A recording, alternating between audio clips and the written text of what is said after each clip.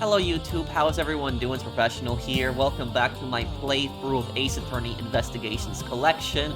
We are now on case 2, that's Turnabout Airlines. Wonder what this murder case is gonna be like. And I can tell that's most likely Franziska von Karma in the background that looks like her. But anyways, let's start up the episode here. Start from this episode. Let's see what this is about. And if you guys are enjoying this series, do drop a like. I noticed a lot of people were asking when I was gonna upload the next part of this one.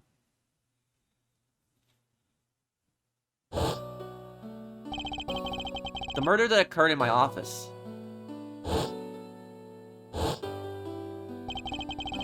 The return of the great thief, Yatagarusu. Thinking back, everything began on that fateful day 2 days ago.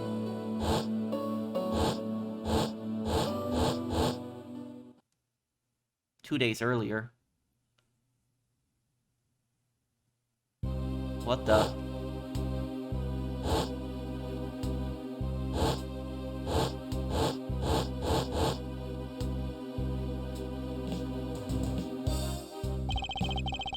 Yes, everything began high up in the air, 9,000 feet in the air to be precise.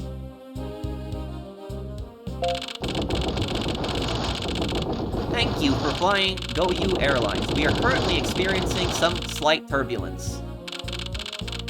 We are asking all passengers to please return to their seats and fasten their seatbelts.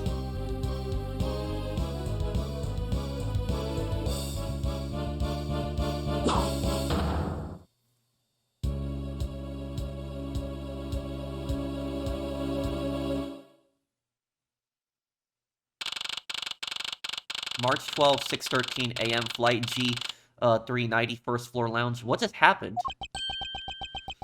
Why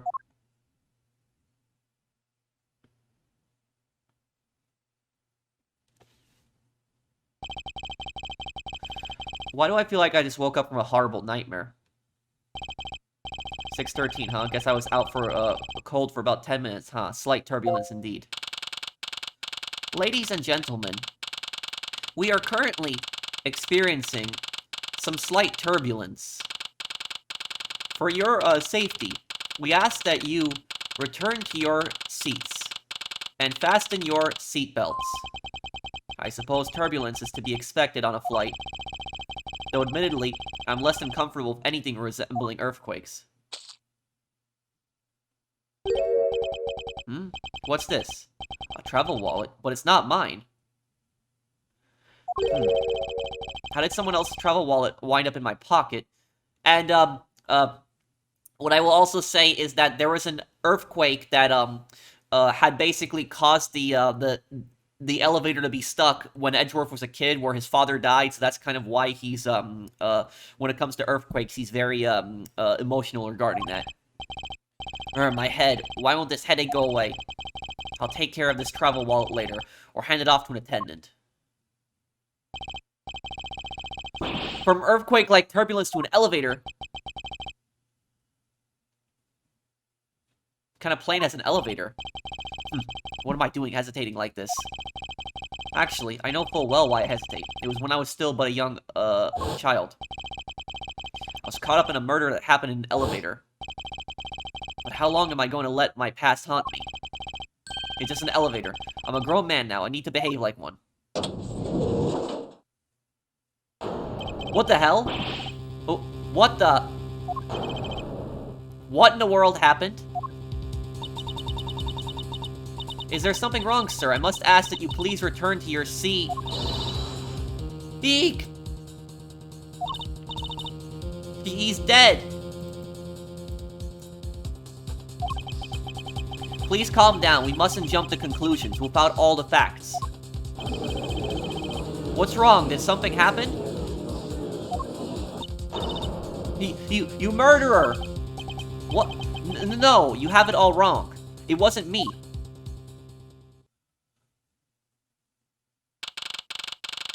March 12, 6:41 a.m. Flight G390, second floor, first class. Everyone, I'm sorry to interrupt, but I have an important announcement. I am one of your flight attendants today. Rhoda Teneiro. Rotor? Is that... Is that what's supposed to... Because a lot of the names of the Ace Attorney characters, if you say them really quickly, they're supposed to mean something. Rhoda Teneiro. Rotor? Is that what it's supposed to be? Unfortunately, we have just had a minor accident on this flight. An accident. Don't treat us like we're stupid. Caught a glimpse, and it was a murder. What? Murder? What's going on with this flight? Everyone, please calm down. There's no reason to panic. Is Edgeworth tied up? This flight will stay on course and make its scheduled landing. We are still currently in the middle of a rough patch of turbulence. So until we are out of this area of turbulence, I ask that you please remain seated. But someone was killed, right? I mean, what about the killer? Let me off. Please, there is no need to feel threatened. We have already apprehended the culprit. Oh, great. Yeah, Edgeworth's being framed.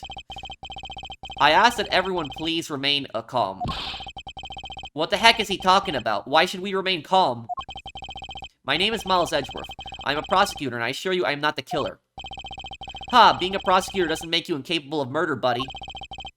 Now you listen here. I am not the killer. I simply found the body.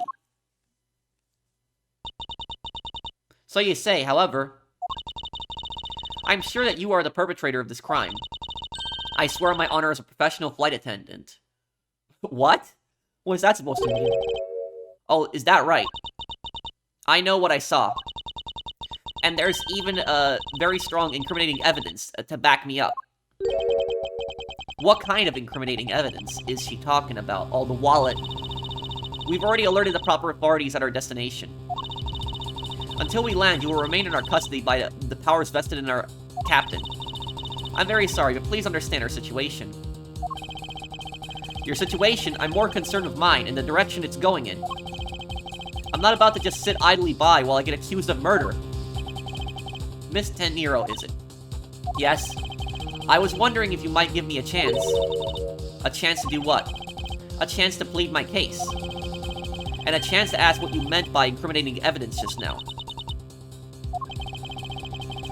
To accuse a passenger of such a grave crime without allowing him to give a proper defense. Can the professional flight attendant inside of you really call this action righteous? You have a point. Very well, I'll listen to what you have to say. But be wary of what you reveal. I'm afraid you'll only look even more suspicious if your explanation fails to satisfy. I also do not have the time to deal with you all day, so please make it quick. Of course, as you wish. Good. Very well, then. Let's get started. I know for a fact that I didn't kill that man in the elevator.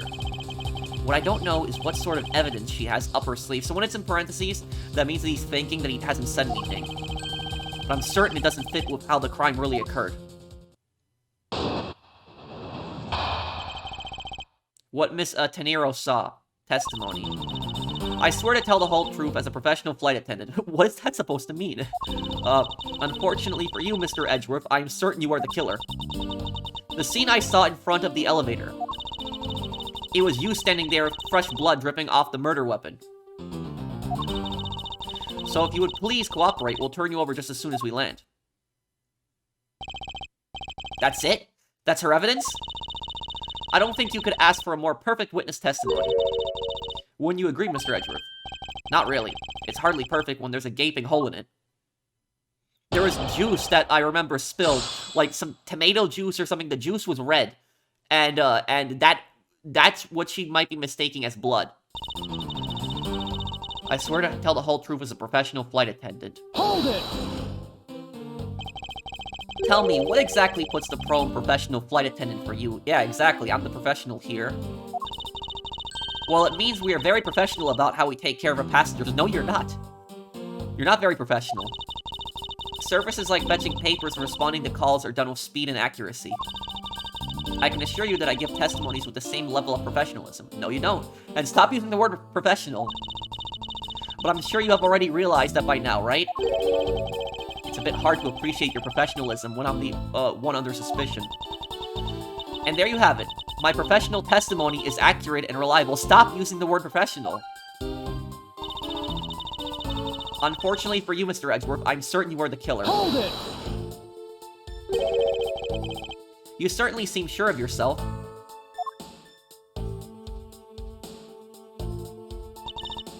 Of course, a professional flight attendant can't afford to make mistakes for— oh my god, she's gonna say professional how many more times? Perfect. But you must, admit there are few who can look at a murder with a clear mind. We attendants all go through extensive training, and we all are always calm and collected. We'll even calmly serve you coffee, if you so wish, as the plane makes a splashdown. I fail to see how that would be, the calm and rational thing to do in an emergency. Even until the bitter end, we are there to serve the passengers. That is the duty of all professional flight attendants. Oh my god. You certainly are confident. Anyway, shall we return to your testimony? She's nervous. The scene I saw in front of the elevator. Yes? What did you see in front of the elevator? That's what I was just about to tell you, Mr. Edgeworth. Framed by the elevator doors and bathed in the light coming from within. It was you standing there, fresh blood dripping off the murder weapon. Hold it! The murder weapon dripping with blood. Really now? I swear that was the grisly scene I saw before me. Thank goodness it wasn't a passenger who saw, or there'd be widespread panic by now. As I recall, you were quite panicked yourself at the time. Excuse me? You were scared enough to misread the situation and accuse me of murder. Nonsense, professional flight attendants cannot afford to be that flustered. I witnessed the murder scene and am now listening to your defense, all with a smile. Apparently, you also lie with a smile on your face. So if you would please cooperate, we'll turn you over just as soon as we land. Hold it! I am not the culprit, and yet you would keep those restraints on me. Mr. Edgeworth, please try to understand what kind of situation you're in right now. And what exactly is my situation? I have the backing of the captain to keep you bound in this way. We are within our legal rights to restrain anyone who might threaten our captain mid-flight. In essence, you're in the same situation as someone who has been arrested by the police. So I am to stay restrained until I can clear up all of her doubts. At least I'm close. Her mistake shines like the silver lining on a desk rain cloud, and I'm going to capture some of that light with evidence. Okay, I'm pretty sure it's this. Picked up off the floor in the elevator. It isn't mine, so whose is it? It was you standing there, fresh, blood dripping off the murder weapon. Yeah, this. The wallet? Body found at 6:15 a.m. inside the elevator. Stopped at the first floor lounge. Details, movies, and other services inside.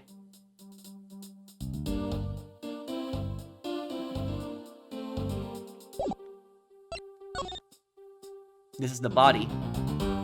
The murder weapon is probably that statue. Yeah, it's probably that gold statue. That's probably what it is. It wasn't a robbery, because there's a lot of money he has on him still. Yeah, it's this. It's the wallet. How could a wallet kill someone? It makes no sense. It's the wallet. Objection! Miss Teneiro. What is with the yelling all of a sudden? Force of habit. Well, it doesn't matter. Miss Teneiro. You say you saw the murder weapon dripping with blood. Is that correct? Yes, all that blood. Drip, drip, drip. Just recalling that scene sends a chill down my spine. Sorry, but your so-called professional flight attendant training has failed you. Yeah, exactly. You're not a professional anymore. What? I'd like to direct your attention to this. Do you know what this is? It's a travel wallet, right? But it looks a little big and bulky. The thing you saw me holding when I discovered the dead body in the elevator was this very travel wallet, Miss Teneiro. What? Impossible. Now then, do you still think I'm the killer? That I killed him with a travel wallet? But I saw blood dripping from the wallet. I know I did. As you can see, this wallet is clearly stained. But if you would be so kind as to take a whiff, I think you agree it's only grape juice. Then, that's right. You mistook grape juice for blood. The murder weapon dripping with blood does not, in fact, exist. No! There, that should clear up that pesky accusation. Wait just a second. That is... I mean, even a wallet could be deadly if it was wrapped around something heavy. I demand that you show me what's inside, please. She's trembling.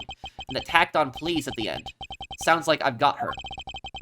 There's no need to look inside. Even you can tell from its appearance that it's light. No, I can't be sure of anything until I see the contents of that wallet for myself. She's a persistent one.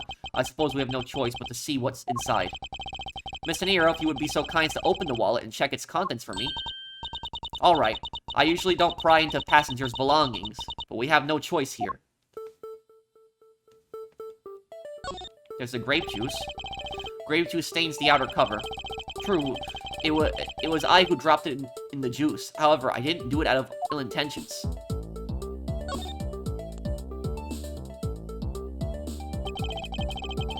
Seems that this passport is all that's in here. Republic of Borginia. Oh no, not Borginia. Yeah, so Borginia is a very secretive country in the Ace Attorney world. It's a fictional country, and it's Borginia has like really insane laws. Really insane laws. Like they had like a they had an egg in the first game in Apollo Justice that if you took an egg from Borginia, basically the punishment would be death. It was considered like a sacred symbol of the country, and so the country is most likely a dictatorship. But it's based off the Borgia family in Italy. That's what it's based off. With the Borgia family in Italy was very authoritarian, a lot of corruption, a lot of deceit. As you saw, there is nothing but a passport inside. This renders your wallet was a murder weapon argument moot. Wouldn't you agree? Please hear me out, Mr. Edgeworth. What is it now? Well, I was wondering, whose passport is it exactly?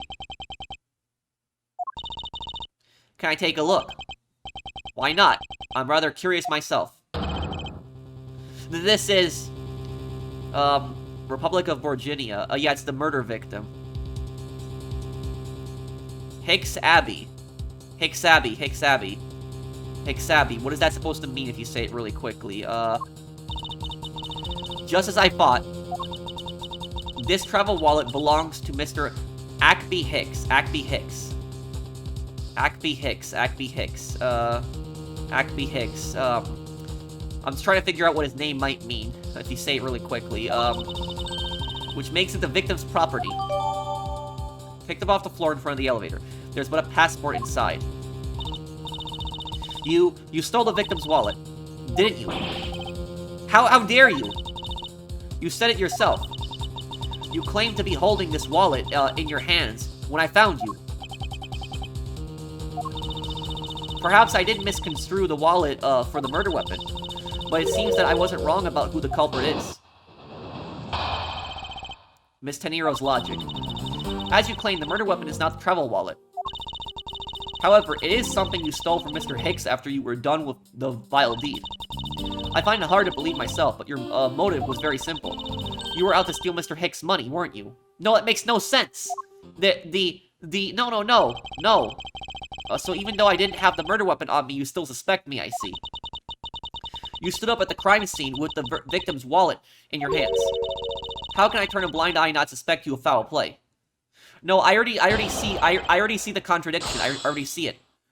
The contradiction is right here. I don't even need to press. Well, actually, I will press. Hang on. You were out to steal Mr. Hicks' money, weren't you? It's this one. You think I was after his money? Where did that cockamamie idea come from?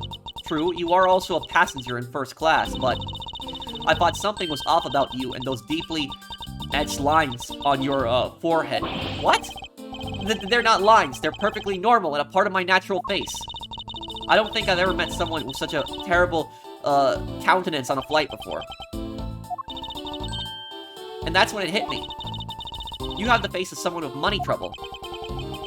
She really is making a fool of herself, pursuing this line of logic. I should spare her and present the piece of evidence that contradicts her test. It's the picture of the body. That's what it is. Yeah.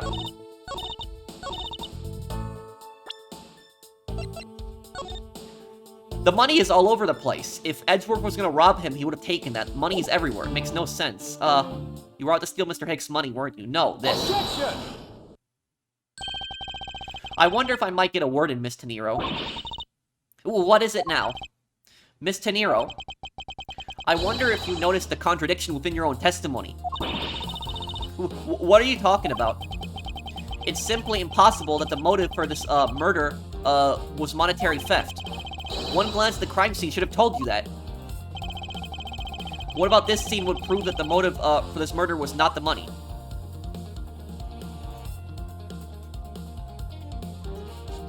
The money here, Take that!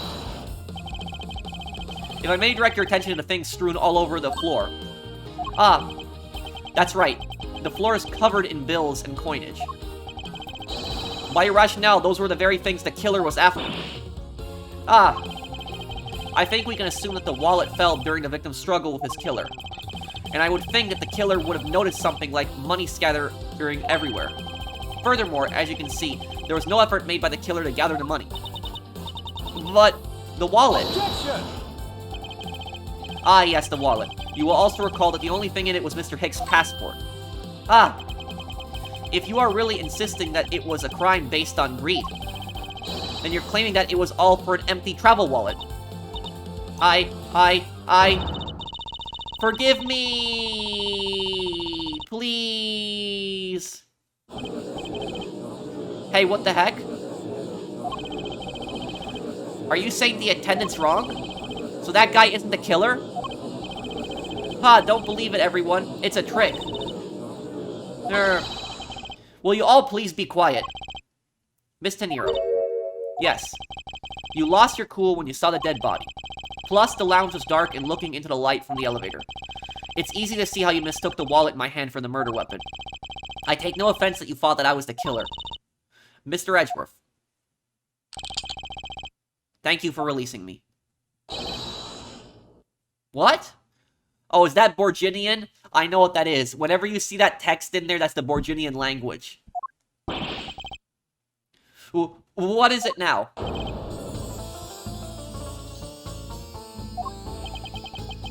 Miss Teneiro, if you could please translate, I'd be much obliged. It sounds like Borginian, but I don't understand any of it. There's another attendant on this flight who... I said that he is giving the runabout. I don't require an interpreter. I speak English as well, see? You, the attendant. Yes, sir. I want this person to be under the arrest until we arrive at the airport.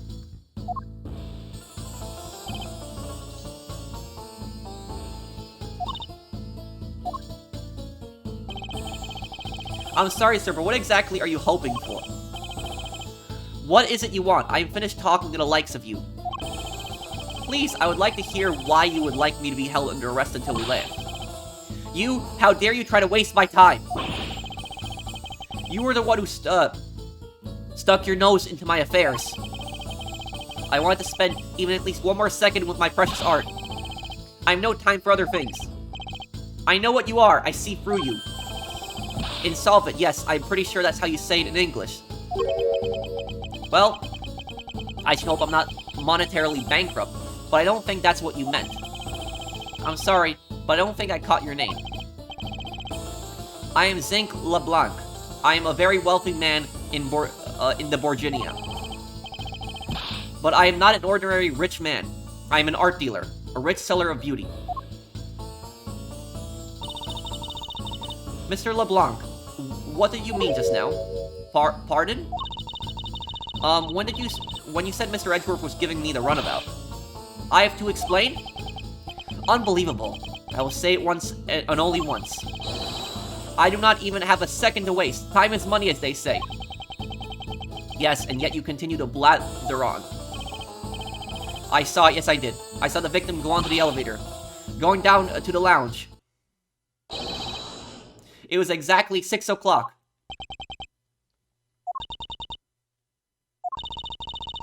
And what's the significance of that time? At 6, he says... Wait, you saw him at 6? What's the matter, Mr. Edgeworth? He understands, I see. Miss Attendant, what time did you discover the body?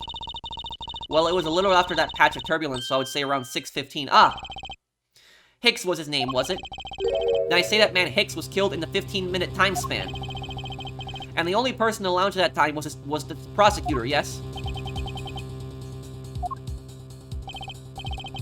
Yeah, I was in my seat the whole time. Me too, I was watching the movie and enjoying a fine glass of grape juice. Wow, look at how much grape juice he has. My god. I was still eating. Still hadn't finished, see? What? My god, look at that menu. The other passengers have an alibi, so you have no problem with them, I suppose. No complaint, I see. Not a single word against this, right? I have no way of discounting what you have, put forth at this point, but it wasn't me. Oh, so you say. But do you have what you say, the evidence? Mr. Edgeworth, are you really the culprit after all? Mr. Lablanc, I suppose you are quite certain in what you saw, enough to give testimony. Of course, I was looking at the man the whole time. This guy is probably smuggling art out of Virginia. That's probably what's going on. And in Virginia, that's most likely the death penalty for that, too. He was playing with that annoying little, small machine the whole time. Machine? Yes, that's what you people call it in English, yes? It was making me crazy to click, click, click, click. From that description, it sounds like some sort of small computer. I believe what Mr. LeBlanc is talking about is a cell phone. I have to say that I did see him playing with it quite a bit myself, but when you're on a plane, cell phone isn't going to work. You're not going to be able to call. A simple cell phone, a laptop or organizer I can see, but that's kind of low budget. I hate that noisy little machine in his hand. Not a fragment of beauty. All it procures is ugly sounds. Anyway, I know what I saw. Miss Teneiro. Yes. I was wondering if I might be granted permission to examine the crime scene. What? You want to examine the crime scene? If you would grant me a little measure of time, I'm sure I can produce the real culprit. I don't like the sound of that. Fox in the duck pen. Yes, I think that is how you say it in English. It's a fox guarding the hen house, and I believe my innocence was proven earlier. And if I'm given the chance, I can clear up all the remaining doubts. Miss Teneiro, if you wait until we arrive, there is a good chance that some evidence will have been destroyed by then. I understand. Let me see what the captain has to say. This should not be approved. Please, Mr. LeBlanc, in emergency, all decisions are to be made by the captain alone. Now, please wait here while I go ask the captain what to do. I'll be right back. You are not planning to erase evidence when you are doing your investigation, yes? Of course not. We will see. Mr. Edgeworth, you have the captain's permission to investigate the crime scene. What? Unbelievable. I am in your debt, Miss Teneiro. However, there is one condition. I am to supervise you. Can you agree to that? Of course, I see no problem with that stipulation. It's only natural as I am still a suspect in this case. Grr. I take full responsibility and will watch Mr. Edgeworth every move. I hope this is reassurance enough that there will be no foul play. Now then, Mr. Edgeworth, shall we proceed? If you should need my help with anything, please feel free to use Triangle to talk. It's time to head to the scene of the crime, the first floor lounge.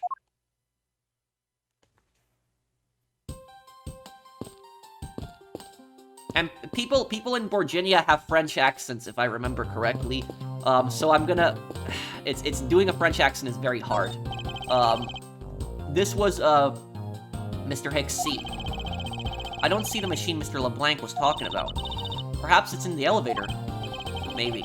We should probably head down to the crime scene now.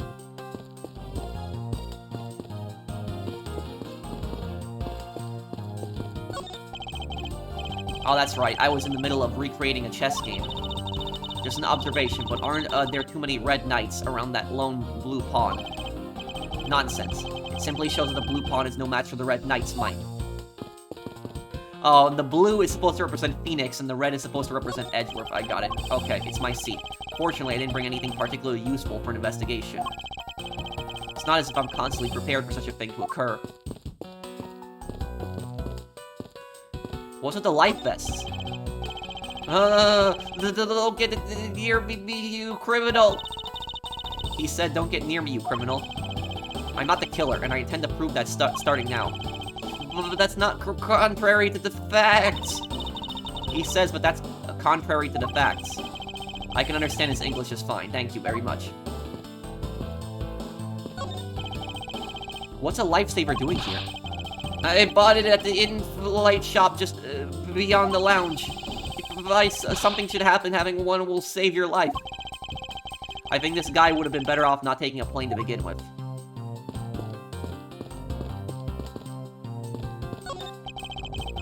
If I may have a word with you. This munch steak, munch. So awesome. That's great to hear. However, I would like to ask you a few questions. I was here munch whole time, so munch wouldn't know. Eat or speak, please pick one. Munch. I think he chose to eat. Yes, I can hear that.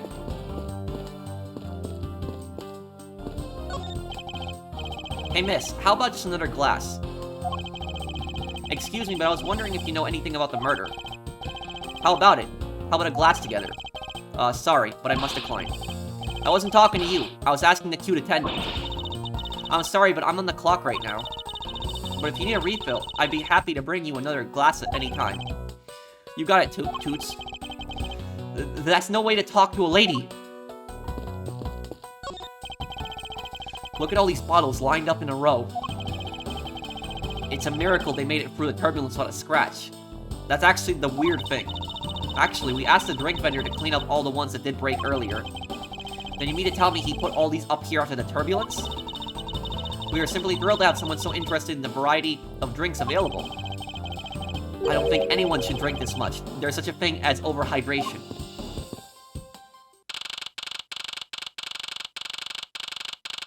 March 12th, 7:26 a.m. This is the lounge. I want to thank you for your help back there, Miss Teneiro. It was nothing. You should thank the captain for granting you permission.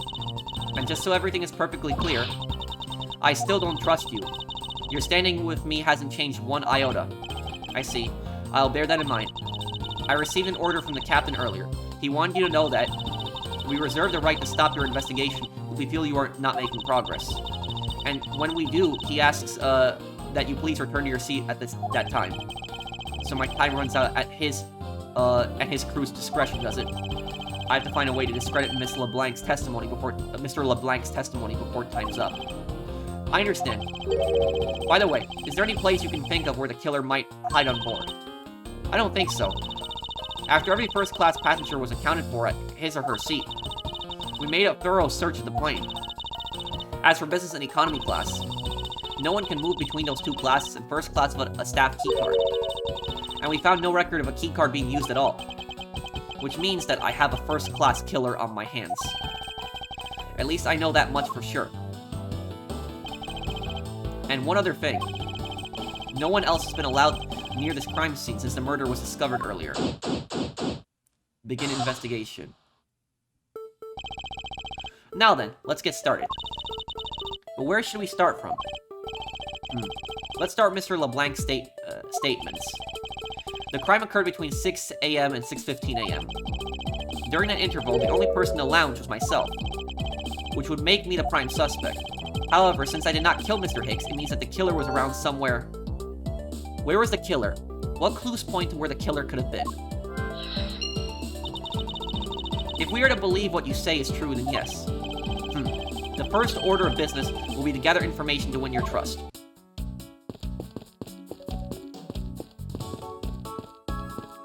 I can't go back to the deck. Okay. This door leads to a flight attendant's room. But please understand that it's off limits to an unauthorized personnel. The room is giving off the scent of a woman's perfume. One would think that perfume would smell great, however to me it simply smells. Not that I have any interest in what lies behind this door. Perhaps we should return to the investigation, Mr. Edgeworth. Mr. Edgeworth? Sorry, I spaced out for a second there. Bottles are broken here. These bottles and glass must have been broken by the turbulence. There is quite a bit of broken glass here. Please be careful when passing through this area. Thank you very much for the warning, Mr. Edgeworth. However, no matter how kind you are towards me, know that it does not clear up any suspicions I have about you.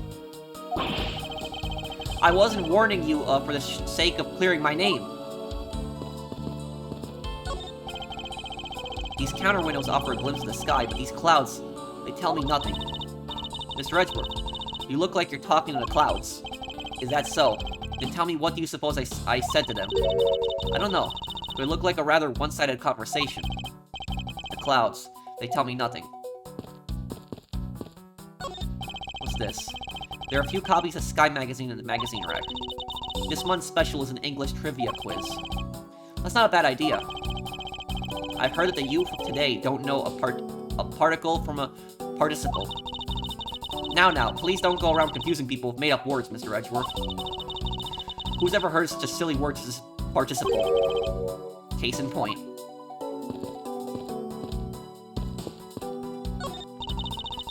This grand piano is the pride of this plane. It can play the music of whatever CD we insert into its CD drive. That's not a piano, it's more like an overgrown music box. Oh, but its keys depress along with the music, as though there really is someone playing it. Some people have entirely too much money to waste on overly complex toys.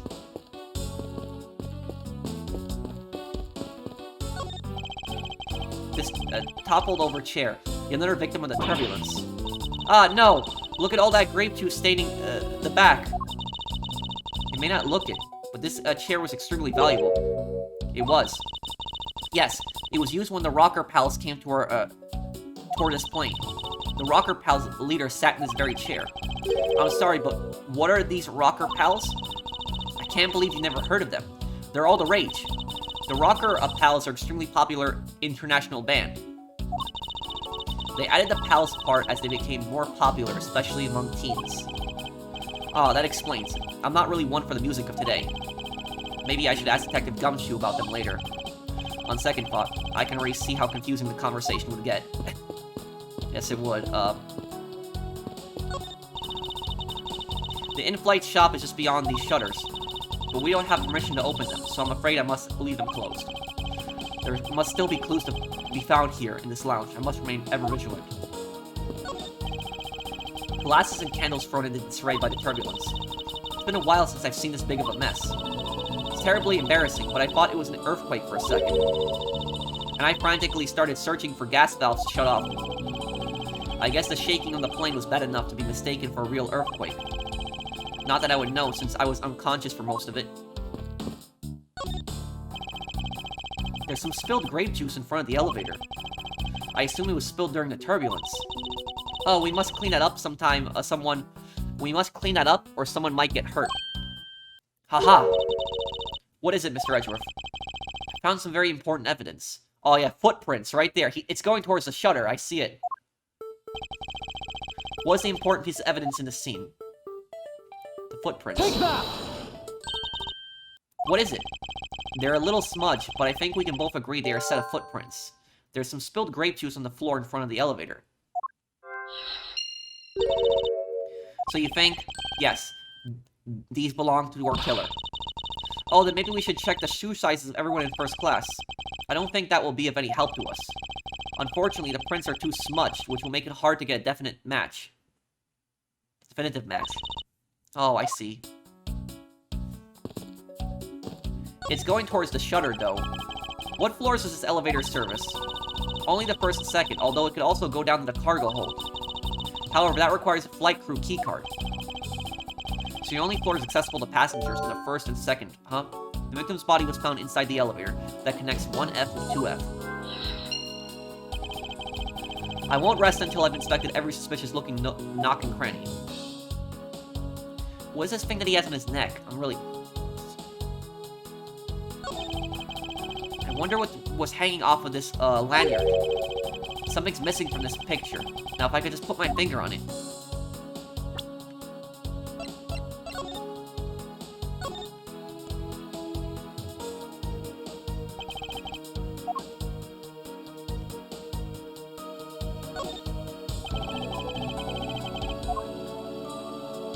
Oh, I can't look at his picture in the passport again? There's no money whatsoever inside his travel wallet.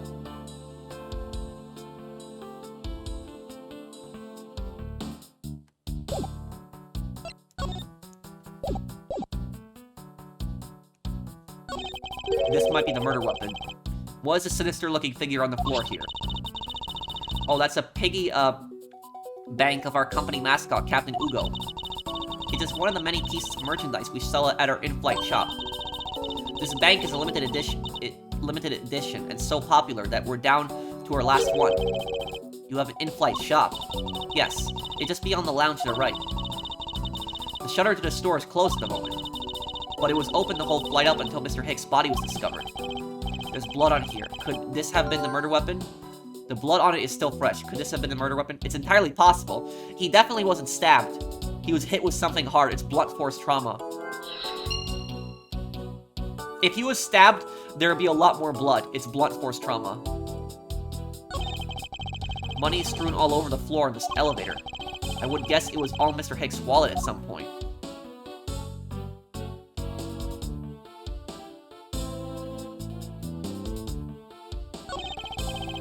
I doubt anyone was expecting to find a dead body in an elevator in this flight. So Mr. Hicks, he's really dead. Yes. She's trembling, although I can't fault her for that when there's a corpse right there. Mr. Hicks, if you're really dead, then please answer yes. I see she's over trembling now, although a new symptom seems to have appeared. Anyway, I should focus on the victim's body. Let's see. There's blood on the back of Mr. Hicks' head. Could this be the cause of death? He appears to have been struck very hard. Wound on the back of Hicks' head suggests a blunt force trauma. Yup, I called it blunt force trauma.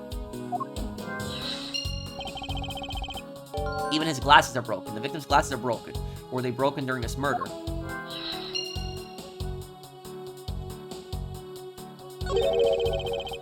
There's something sticking out of his pocket. Hope he won't mind if I take a look at what's inside. It's a picture. It looks like it was taken inside a building somewhere. Yes, that's in... That's most likely in Virginia. And... Wait, look at his neck. His phone. Found in the victim's pocket. A souvenir picture, perhaps.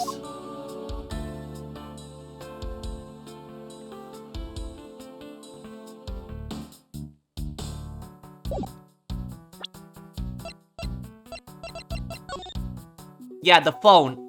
Phone is clipped on right there. Okay.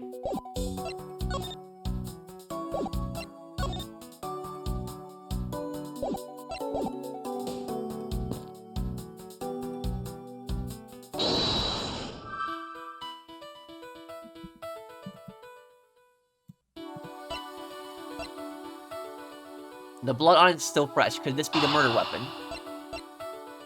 Blunt force trauma. Wound on the back of Hicks' head suggests blunt force trauma, but what caused it? This. I'm pretty sure this is the murder weapon. This statue. Let's see if I'm right.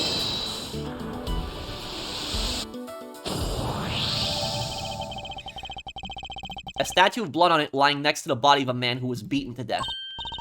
Oh, Mr. Edgeworth, I think I figured something out. Yes? What is it? The way the blood is on this, it looks like it matches up with the wound on his head. Well, aren't we deserving of the master of the obvious title? Well, what do you think, Mr. Edgeworth? Don't you think that's worth investigating? It would appear this figurine is our murder weapon. Oh, I just knew it. I mean, I can't think of any other connection. Perhaps Master of the Oblivious would be more fitting. Usually displayed at the in-flight shop. Found the crime scene with blood on it. Okay, let's see here.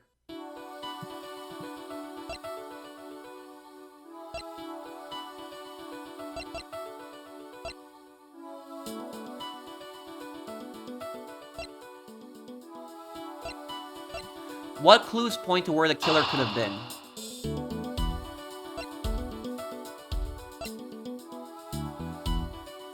There's some spilled grape juice on the floor in front of the elevator. I think these two, because this shows the killer went towards the gift shop. No? I thought I was right. Because it shows the killer went towards the gift shop with the footprints.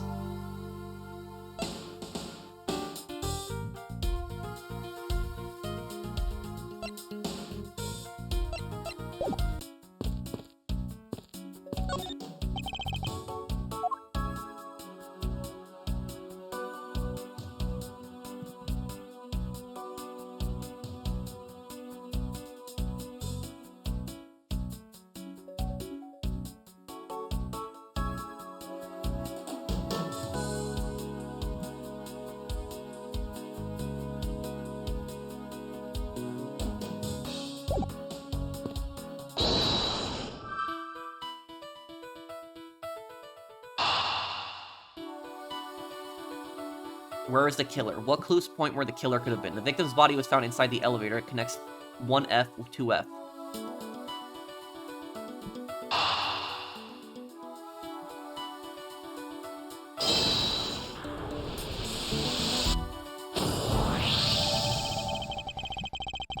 True, there wasn't anyone else in the lounge other than myself right before the turbulence. But if the killer was in the elevator along with the victim, then that's a different story. If only I could prove that the killer rode the elevator of Hicks.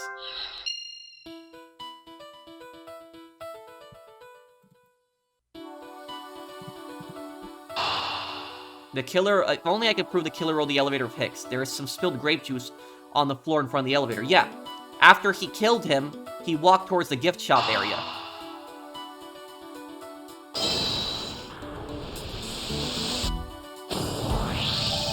I was right. Okay. I got it now. I have it. I'm sorry, but I don't understand, Mr. Edgeworth. I can prove that someone other than myself was here around the time of the murder. What? Really? Yes. It's rather simple, actually. The proof is in the pudding, or rather the grape juice, in this case. These footsteps here confess to me this very fact. That someone exited the elevator alive. Seeing as how the victim is dead, that would mean a second person. But couldn't the footprints be from Mr. Hicks himself? Ah, but if you take a look at our victim's shoes, you can see the soles are spotless.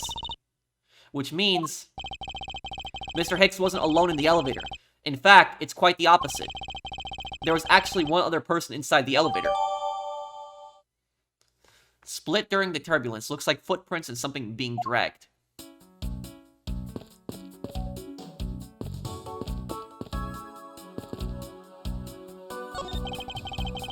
A pity that a bronze statue knows not when a drink has been spilled at its feet.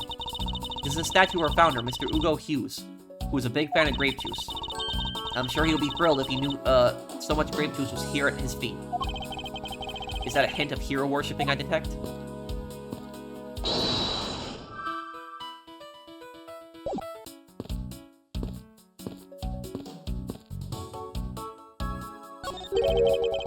What or who is this? This is a bronze statue of the founder of GoU Airlines, Mr. Hugo Hughes. The one on the left is of when he was in his 40s, and the other is him in his 80s. They look almost no different. Did the man age it all over those 4 decades? Maybe I need to squint more.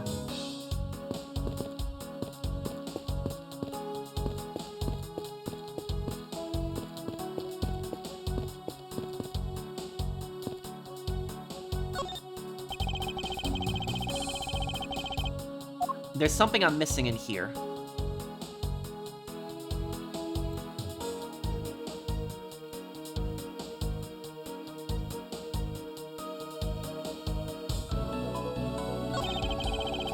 There's no grape juice residue on the soles of his shoes.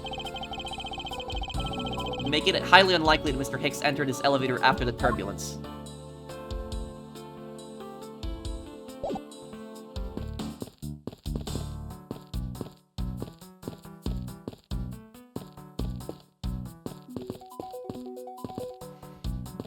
Okay.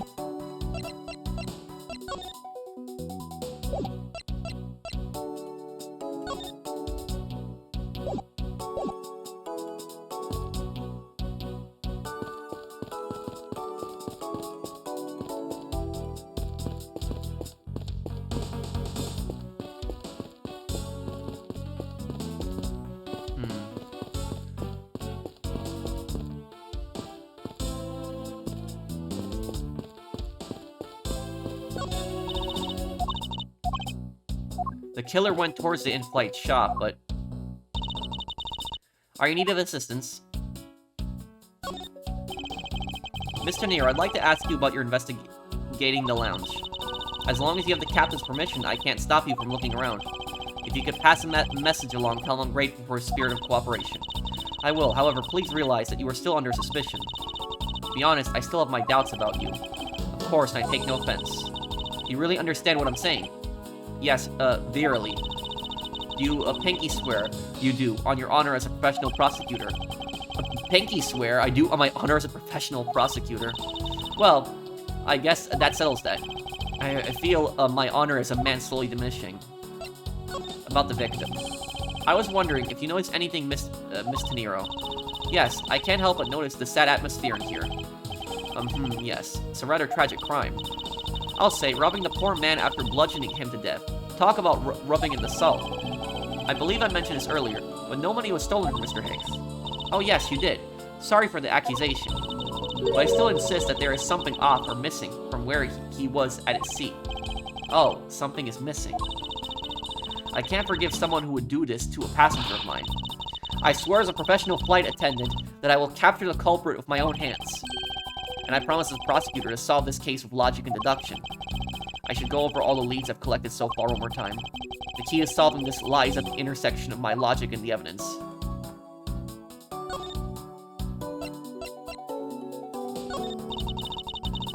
Even if you show that to me, I still cannot allow you free reign. Okay.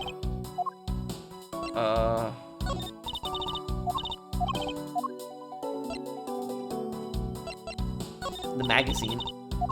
No. I can't present anything to her, it seems. If these footprints do in fact belong to the culprit, then I would say it was very careless to leave them. If I was the killer, I swear that as a professional killer, I'd never leave footprints behind. Oh my god. Professional everything. That's all well and good, but I'm afraid it's of little use in our pursuit of the killer. I feel like I'm still missing a link or two.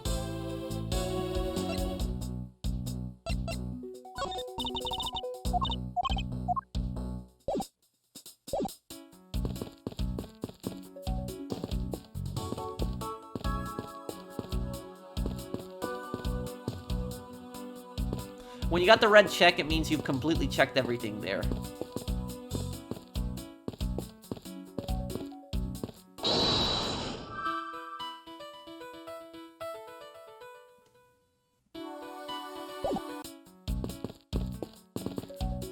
Now I'm a bit stuck here, thinking about this one. What do I do now?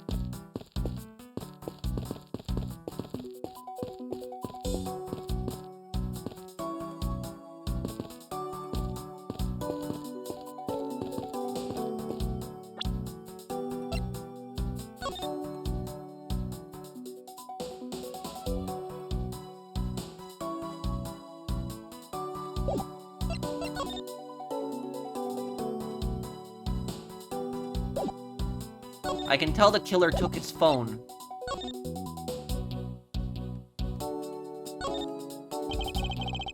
It says Go You Airlines. You know, I've seen it occur a lot recently, and it's been bothering me greatly. But why do some brands think it's acceptable to simply smash two words together and call it a day?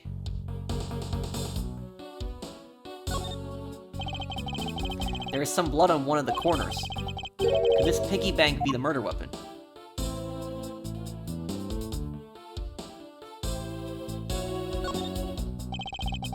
I suppose this is where you insert your coins. I have to say, for a piggy bank, it's made rather well.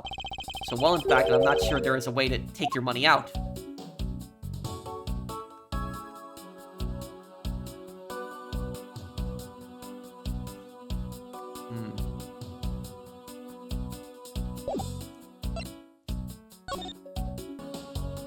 Oh, I have to deduce. That's what I had to do.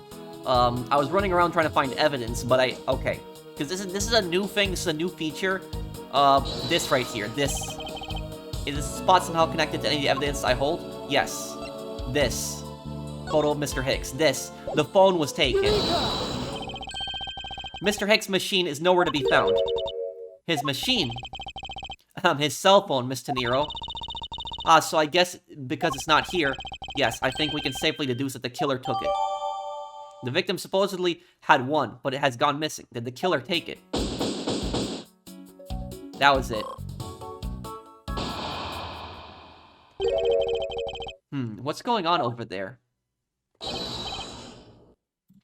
Oh, Lablanc. Oh.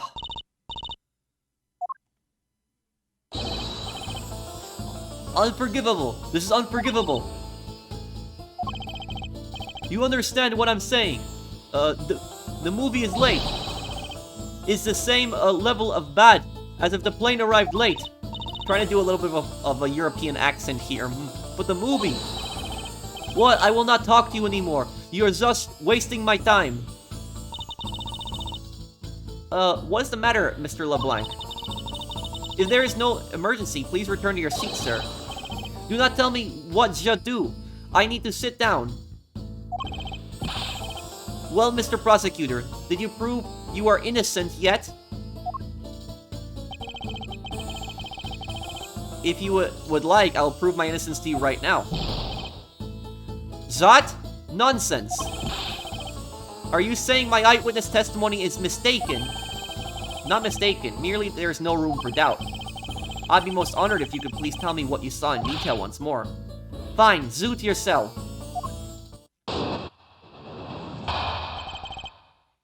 Well, when you're trying to do a French accent, French accents are some of the most hardest ones to do.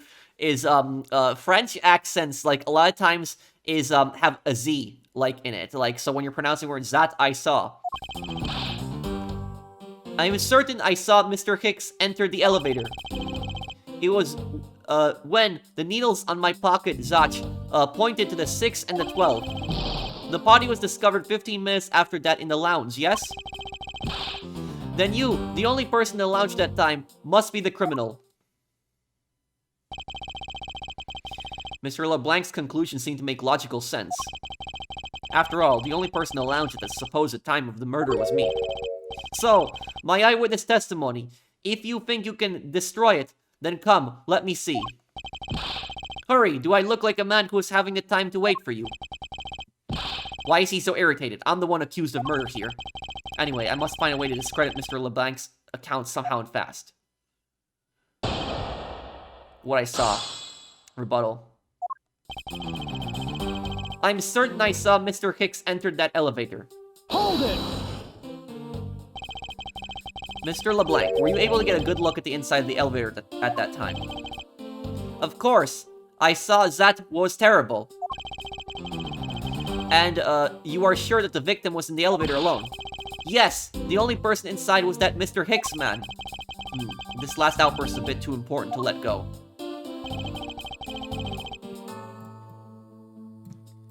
The only person inside was that Mr. Hicks man. Hold it! Was he really alone? Of course. I'll bet even 1 cent. A cheap ante for a cheap testimony. But if that's how you want to play it, I'll happily take your 1 cent. It was when the needles on my pocket watch pointed to the 6 and the 12. Hold it! I assume the pocket watch in this case is the one you keep checking, is that correct? Oh, you noticed. It's a very expensive antique. I will have you know. The feeling is wonderful when I fully wind it up by hand. It does look very well designed and quite classy. I will have to charge you if you want to touch it. That's quite alright. Let's continue with your testimony. What a cheap man you are. Now return the time you wasted back to me. And if we must, I saw Mr. Hicks enter the elevator at 6 o'clock. The body was discovered 15 minutes after that, in the lounge, yes? Hold it! It's true that I found the victim's body at 6:15. And that's when I found the two of them as well. You see, it all matches my testimony. Then you, the only person in the lounge at that time, must be the criminal. Hold it! That is the most mistaken way of thinking I've ever heard of. No, no, no, no. Your silly opinion is mistaken. Please calm it down, the both of you. In a sense, you are both mistaken. Well, if that isn't the pot calling the kettle back, then I don't know what is. I spy a little hole in his words. As you wish, Mr. Lablanc. I will now show you proof of my innocence.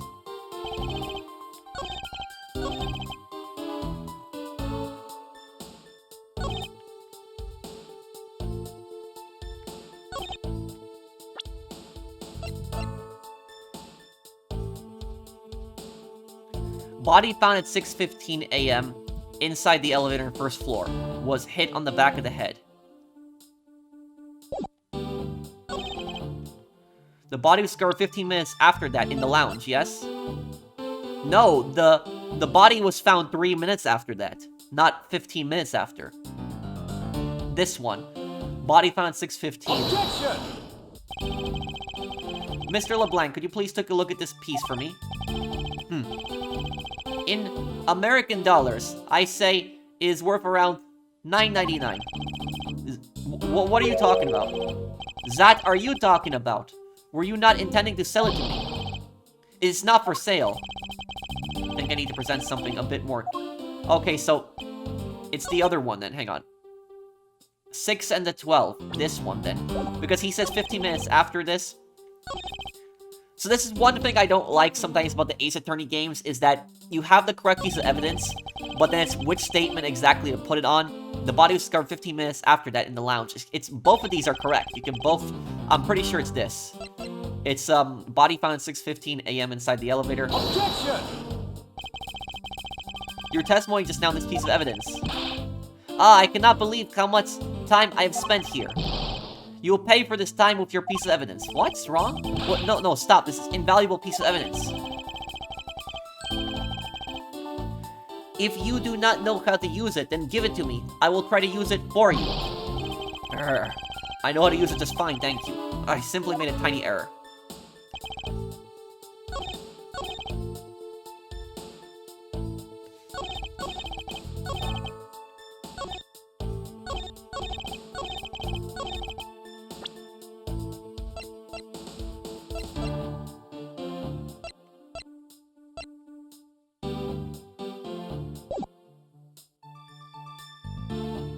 The only person in the lounge must be the killer.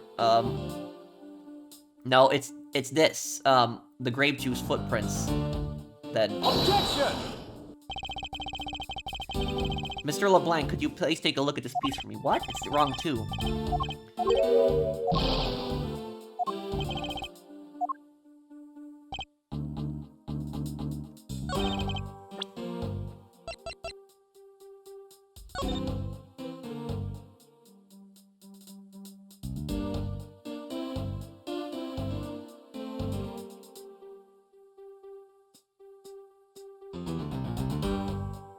There was a movie at that time.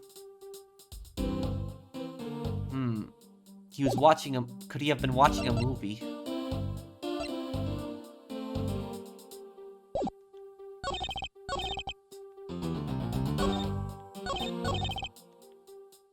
I don't understand why that piece of evidence was wrong, because he says that...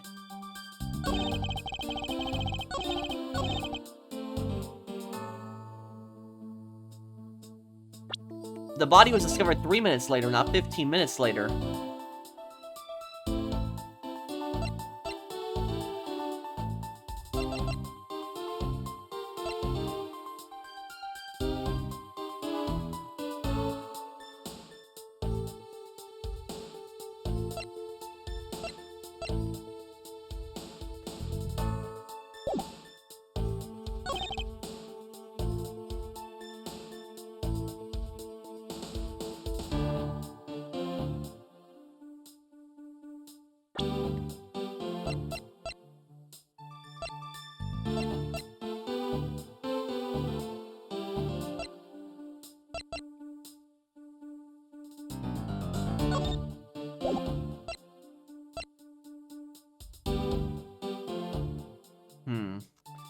do I do here?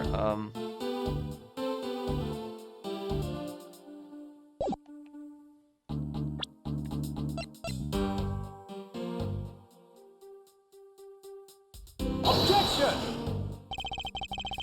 No, not this. I was gonna say the gift shop, the killer was in there, but...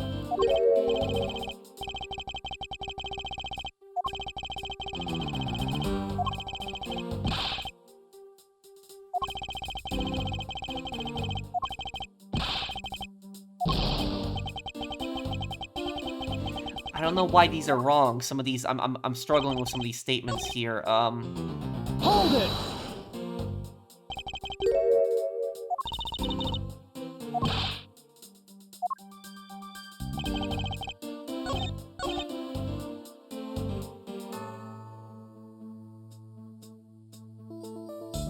Oh, when the needles on my pocket watch pointed to the 6 and the 12. Oh man. Oh.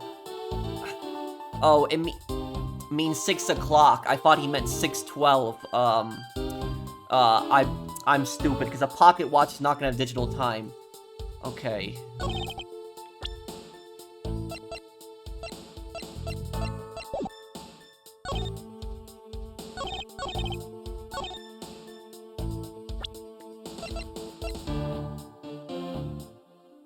No, the grape juice footprints. It's gotta be it then here. Objection! Got it now. Okay, so I was struggling with that for a moment. I feel so stupid right now. I honestly do. I thought he meant 6:12 when he said the statement was meant to trick you in the first place because he's talking on a pocket watch 6 and the 12. It's gonna mean 6 o'clock, not. Okay, Mr. Lablanc.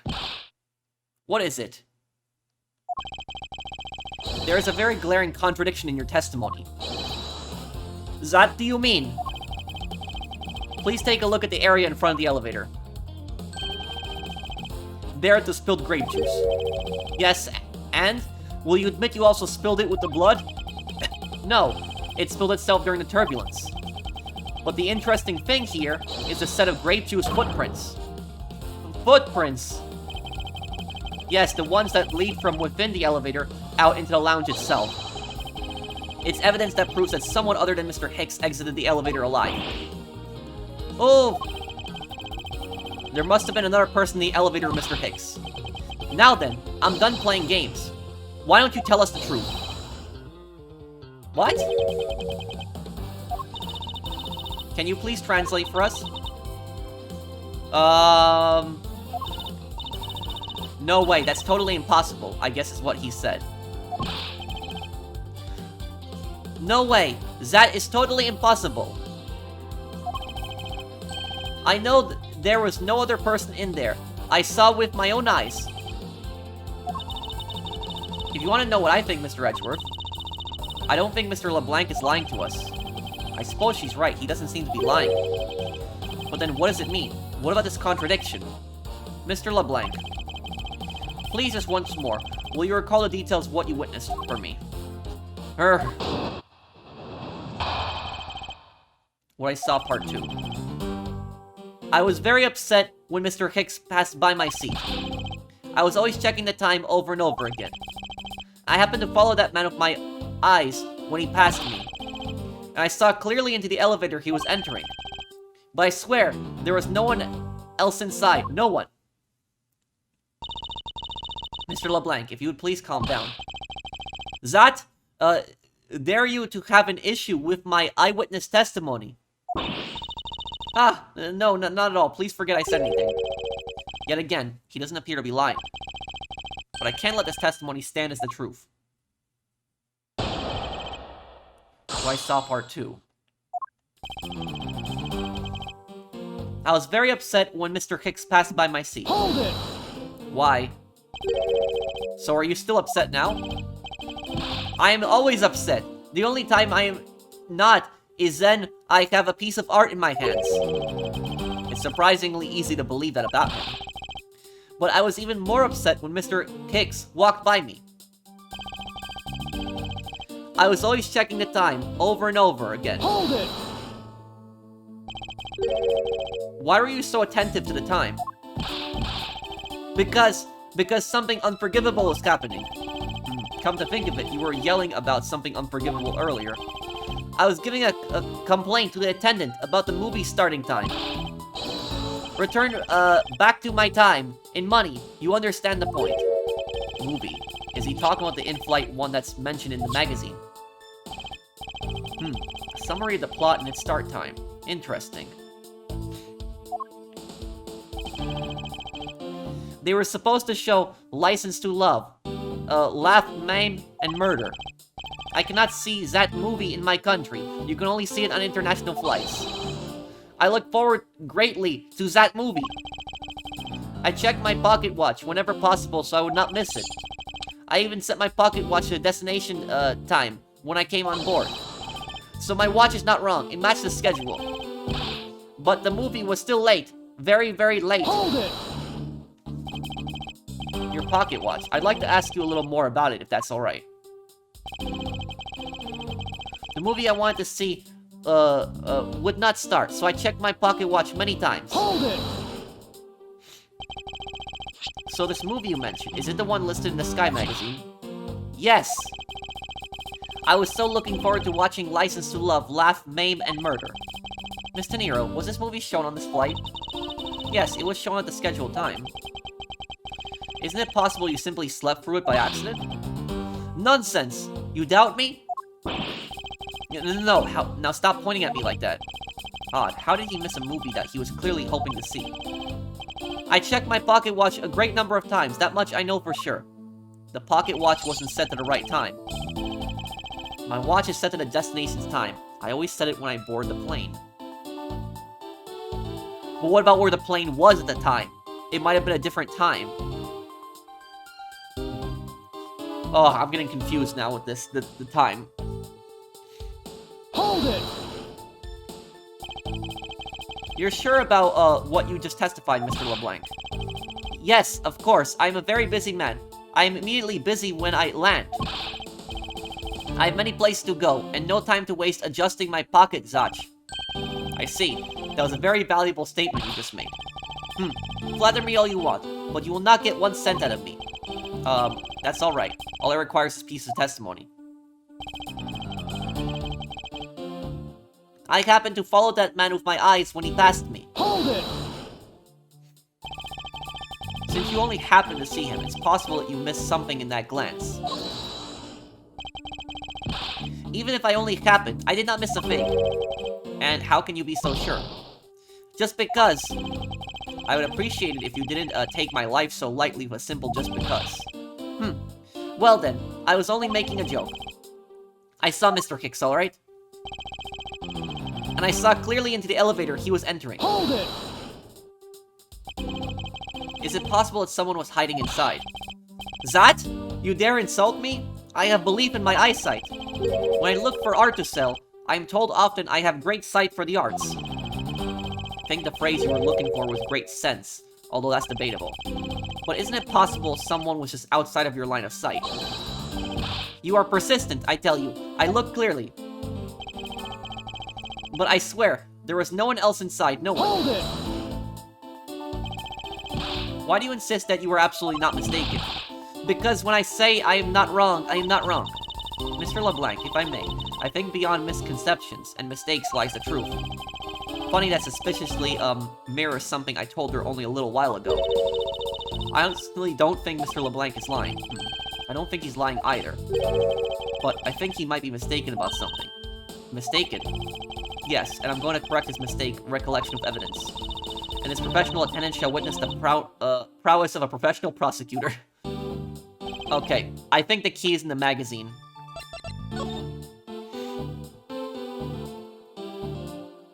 Let's see here. License to Love, genre suspense, hard-boiled acting. Runtime. 120 minutes. Movie.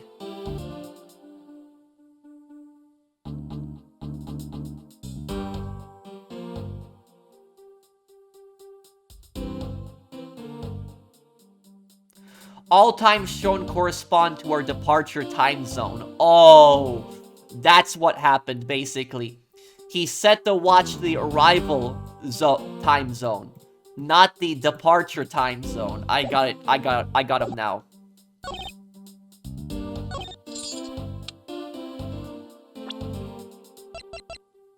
Objection! I got him now. I got him now, yep. Mr. LeBlanc, you said this just now in your testimony. I even set my pocket watch to the destination time when I came on board. Now, if your watch has been set to our destination's time zone, it would mean that your watch is displaying the time of our destination. Yes, and the correct time is worth. It's 6 cents. I would like you to take a look at this. If you believe the Sky magazine, clocks in this flight run in accordance with the time of our departure time zone. Of course, the movie schedule was also created with that in mind. Miss Teneiro, for confirmation's sake, what time zone is this flight aligned to right now? Well, we made a short stop at a transfer point. That's right. It was in that small Asian country, the Republic of Zangfa. But we didn't readjust our onboard clocks at that time. So right now, we are still running on Borginian time. What? The time difference between Borginia and our destination is 9 hours. In that case, it's only natural that your watch would be out of sync with the schedule. Further, with your analog watch set to our destination's time, it would appear to be running 3 hours fast when compared to the flight's onboard clocks. It also changes everything about your testimony. And you can bet 1 million cents on that. In light of this information, it means you saw Mr. Hicks 3 hours prior at 3 a.m.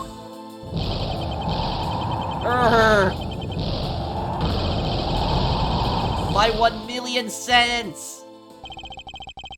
This should clear up all of the remaining accusations.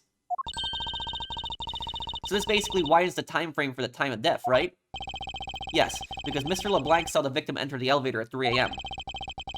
It means that the time of death could be anywhere from 3 to 6:15. So now we got a 3 hours and 15-minute window for the murder. Okay, this is...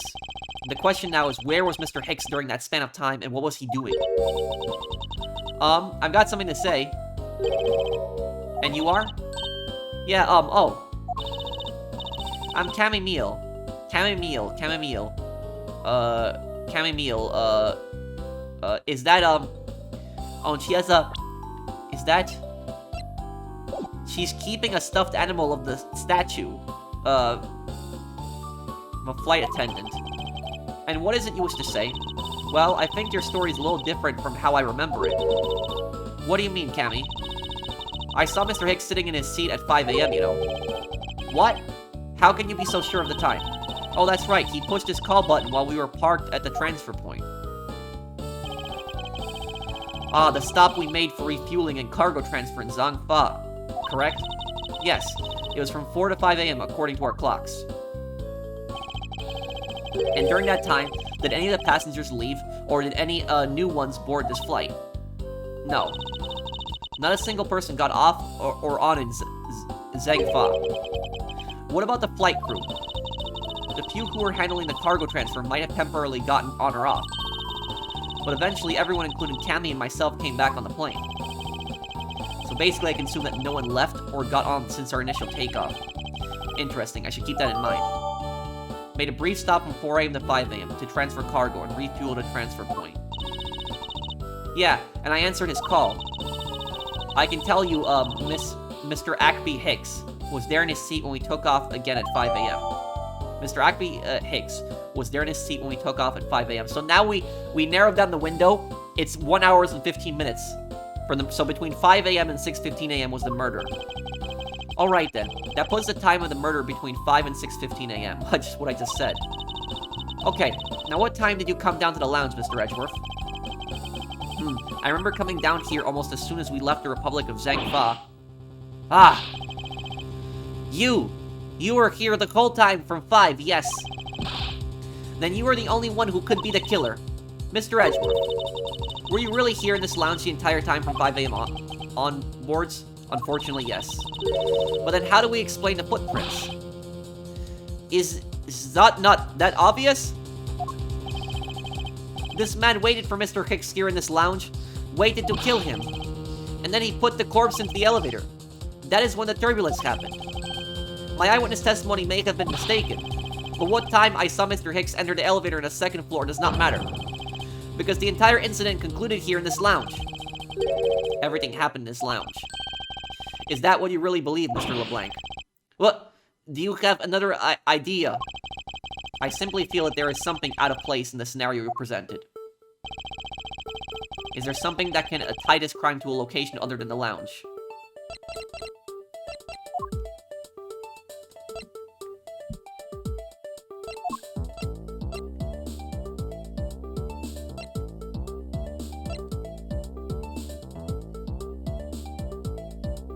The gift shop.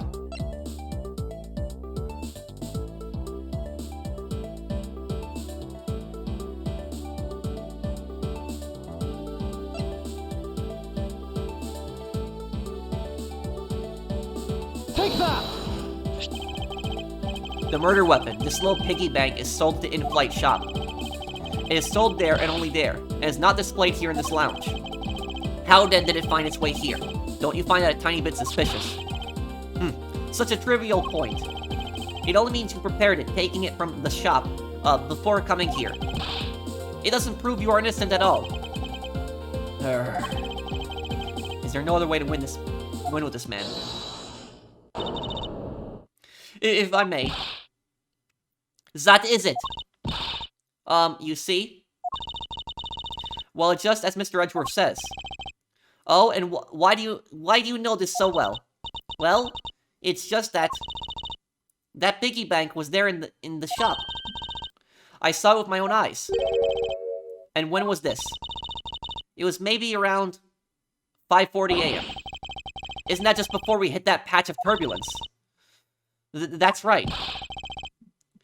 You were in the shop. You were in the shop just before the turbulence. Yes, I was. Come to think of it, Miss Teneiro, when I found the body, I believe you came out of that door. Yes, I did.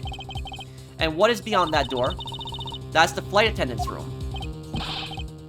Then, you were on the first floor. Yes. I had to do something at the shop and in the flight attendant's room. So I went to the shop first, and then to the flight attendant's room. Are you saying you passed by me at some point? Yes, you seemed really into the issue of Sky Magazine you were reading at the time. I don't suppose you noticed me walking by. I vaguely recall someone walking by, but I didn't take notice of who it was. Anyway, the piggy bank was definitely there at the shop when I went there. Why did you go to the shop in the first place? I went there for work-related matter. Work, you say? Yes, the upkeep of the shop is also one of my responsibilities. Why did you not say anything about that until now, is what I want to know. In any case, I believe it's clear that the shop needs to be investigated as well. Shall we head over there, then? What is it now? Aren't you forgetting something, Miss Rhoda? Don't you need the captain's permission to check the shop? No, I haven't forgotten. But I have already asked him for permission to search the entire plane. So I think we're alright. Huh, that's weird. What is? Well, I just talked to the captain, see? And he said that he didn't give you permission to do anything like that at all. Oh, the captain could be the killer. What is the meaning of this, Miss Teneiro? It means he's lying. Go on, admit it that you are. You said you had permission to search all over, but you don't. And yet, here you are. You flight attendant. That are you trying to do? Pull the sheep over us? The captain's calling for you, Miss Rhoda. Oh, but don't worry. I already got permission to search the shop from the captain. See, unlike you, I do things the right way. Miss Teneiro, why would you do such a thing? Please excuse me. Looks like I get to be in charge now. Please go back to your seat, Mr. LeBlanc. Now then, Mr. Edgeworth. If you would follow me, I'll be your guide from now on. There's something about Miss Teneiro that has piqued my curiosity. But right now, investigating the in-flight shop is my top priority.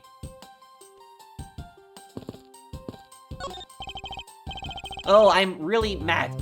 You had better hurry and bring me some evidence. If you could just wait a little longer while we look at the shop. Don't number the birds before they are born. Don't number the what? I have no idea what he's trying to say. Don't count your chickens before they hatch, perhaps. All I ask of you is your patience and cooperation.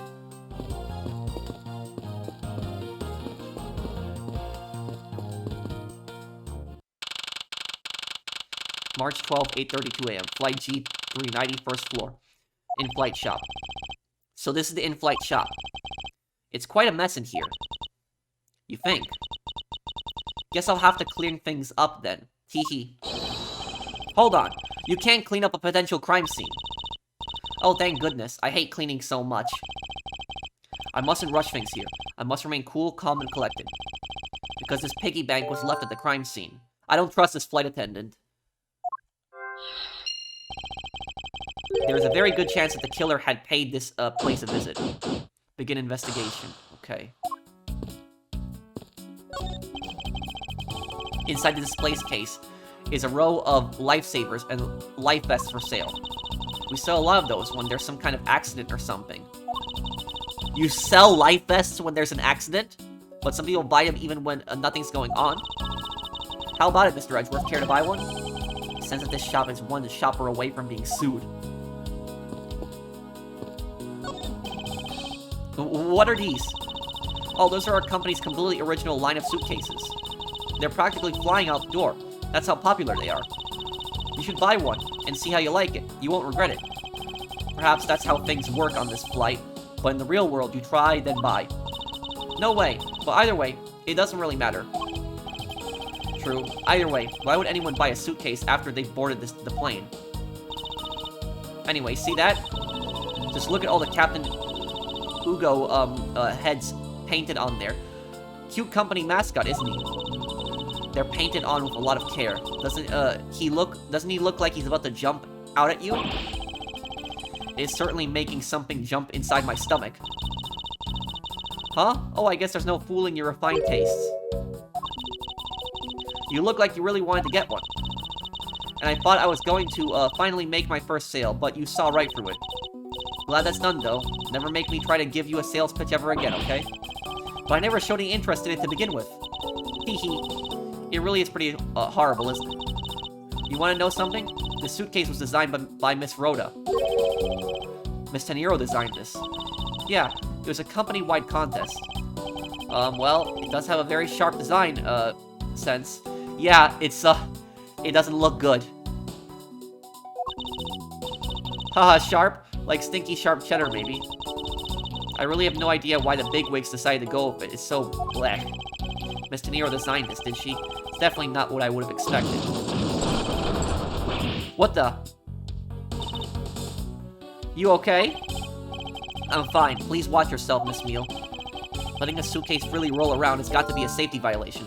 Plain shaking causes it to roll. In-flight suitcase displays can be hazardous.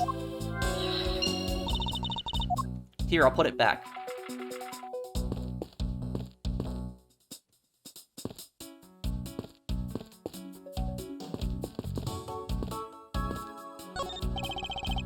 Beautiful flowers and beautiful arrangement. Feel cleansed just by looking at them. Well, you're kind of stepping on a few of them, you know, Mr. Edgeworth. Oh, excuse me.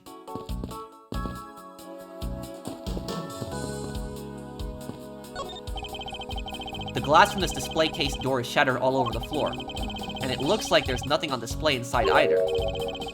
Wait, actually, I think there is something. What's this? A mini captain's hat? It's a tiny captain's hat. I swear I've seen one of these before. It's on her doll. Yeah, look at the doll that she has. It's on her doll. There's a wide selection of souvenirs for sale in these display cases. You know what I suggest? Sorry, but I have no intention of buying souvenirs this trip. Okay, then how about you buy something for me then, as a present? I can't think of a single reason why I'd want to buy you anything. But I've had my eye on that pendant for such a long time. Try paying some attention to me when I ask you something, and then we'll talk. There are all kinds of luxury name brands merchandise for sale in this display case. And they're lined up just in a manner as to scream, "Buy me," to any passers by. stuffed toys just like the one Miss Meal is holding are on display here. They're relatively cheap, which explains why they're displayed so haphazardly. How about it, Mr. Edgeworth? You know, you want one too. They're great for when you're stressed.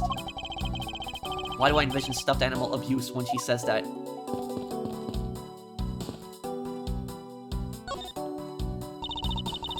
I don't know much about the shop, but you can still ask me about whatever. Notice anything? So what do you think about, what has happened regarding this case? Oh, I don't know. I guess I think you're the killer, though, Mr. Edgeworth. I can assure you that I'm here in the shop to prove just the opposite. Yeah, but it was me that got you the permission to look around. You know. So don't forget that, okay? How am I supposed to thank you properly if you insist on falling asleep? She's tired. She hasn't slept. Well, you know what would really show me your thanks? You see the item for sale over there? Sorry, but you're going to have to make do with my words of appreciation.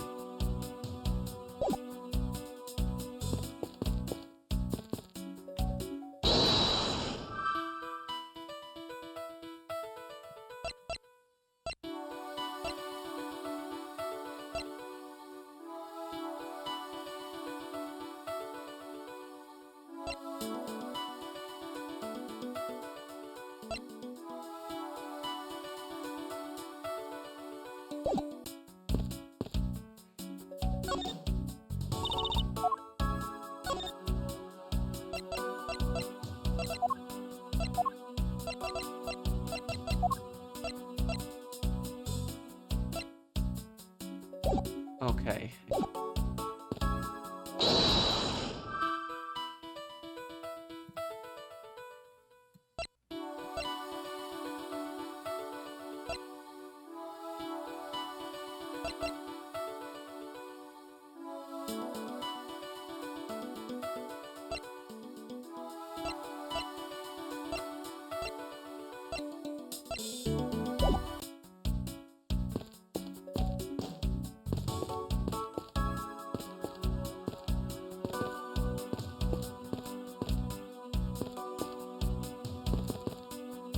Huh.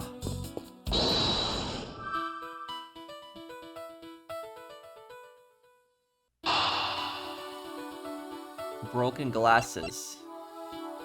Plane shaking causes the roll. In-flight suitcase displays can be hazardous.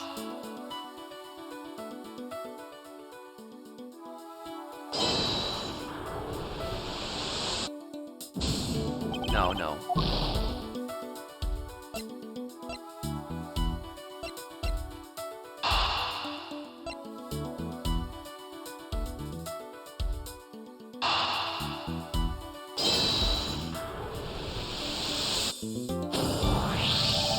Got it. Okay, yeah, so that figure, that stuffed animal that she has, it has the same cap as on the floor that she also has. The hat probably used to be on the piggy bank's head. Let's give it a go and see. I believe this piggy bank was forcibly removed from this display case. Does this mean that the killer broke the glass to get at it? Found the crime scene. Culprit must have shattered the display glass to take it. Eee, really? Don't tell me you don't know what things go where in this shop. Well, I don't. Miss Rhoda's in charge of this place. So come on, how should I know anything? I sense that further inspection of this display case is needed.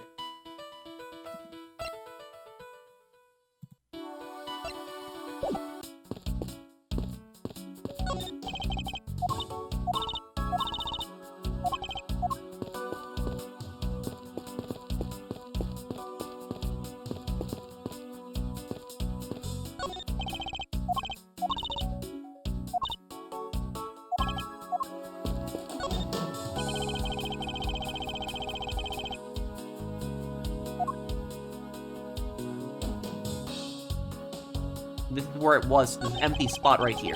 The glass in this door is broken. Perhaps it was the killer who broke it in order to... Oh,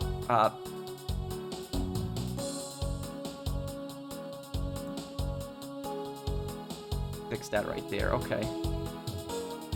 Perhaps it was the killer who broke it in order to take the piggy bank. But it's a bit odd that the inside of the case is so devoid of glass shards. Plus, the glass broke, rather cleanly. Ah. What is it? I touched the glass and it cut my finger. It hurts, Mr. Edgeworth. It hurts. Please tell me you can deal with such a minor cut on your own.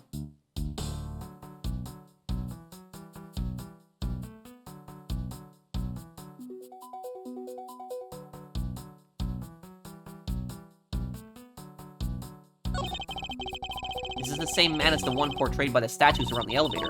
Yeah, that's the paperweight of the founder of Go-U Airlines, Mr. Ugo Hughes.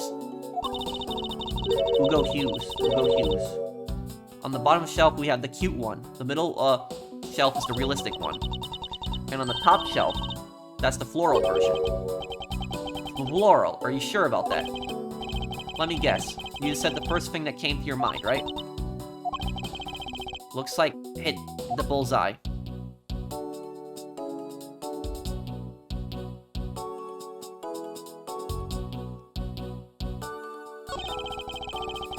Go-U Airlines related books lined the shelf. The history of Go-U Airlines, the future of Go-U Airlines. The 7 wonders of Go-U. Flight on Go-U Airlines. Working name Ugo Airlines. Ugo, you. The titles make it very clear they won't be making the top sellers list anytime soon.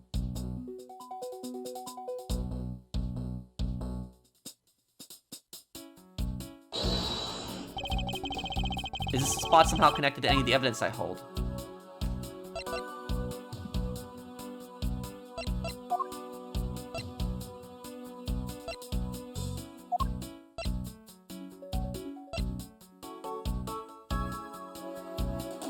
Think this.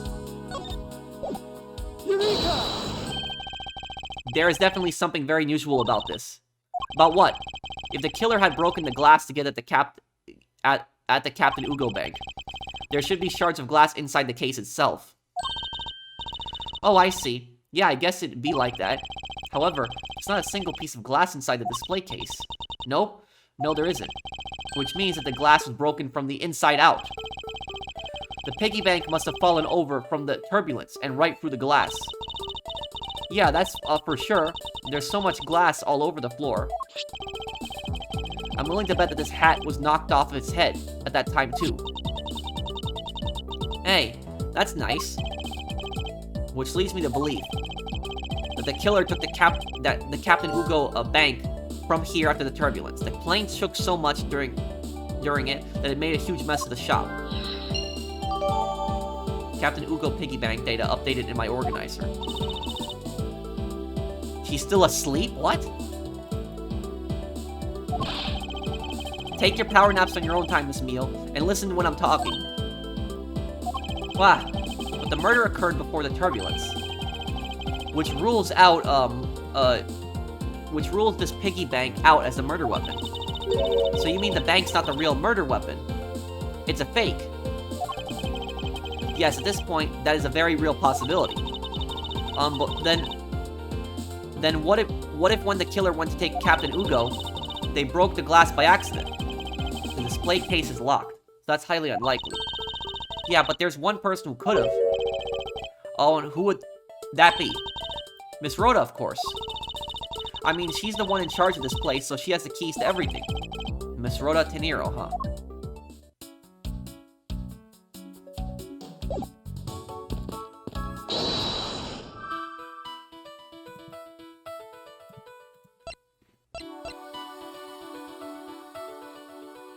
Turbulence.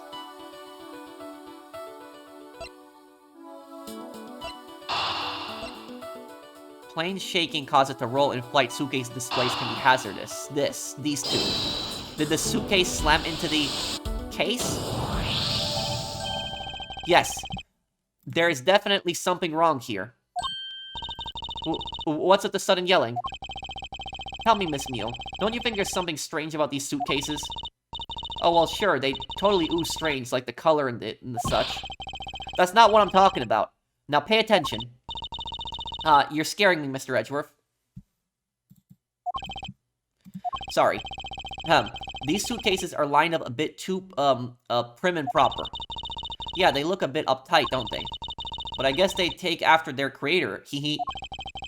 Again, that's not what I meant, Miss Meal. Don't you find it unusual that these cases are the only things undisturbed by the turbulence? Never mind. I'd sooner find an answer by inspecting these suitcases myself. On closer inspection, they really are quite hideous.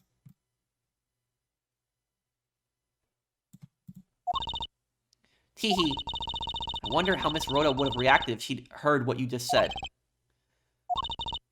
What's wrong? She makes a good point. It will be wise of me to watch what I say out loud. What's this? I've spotted something that's not quite right.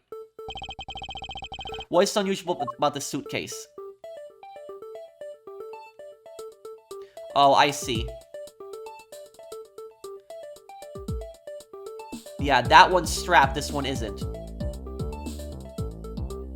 Take that! There's something very peculiar about these wheels. Huh? As in? As in, there are no stoppers in place on these. Without stoppers, one would think that the turbulence would have sent it flying. And? And so it's very likely that the suitcase was placed here after we hit that turbulence. Let's take a closer look at it, shall we?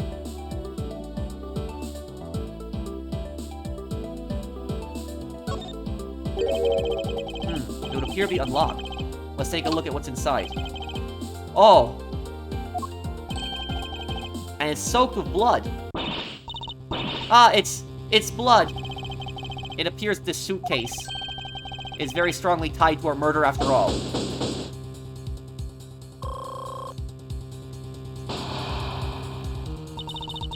So explain this to me. What does this suitcase have to do with the murder? I believe it's pretty safe to say that the killer used the suitcase in some manner.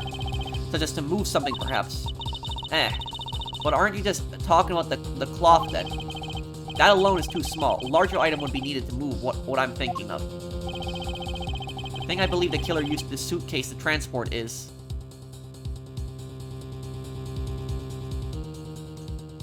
the body?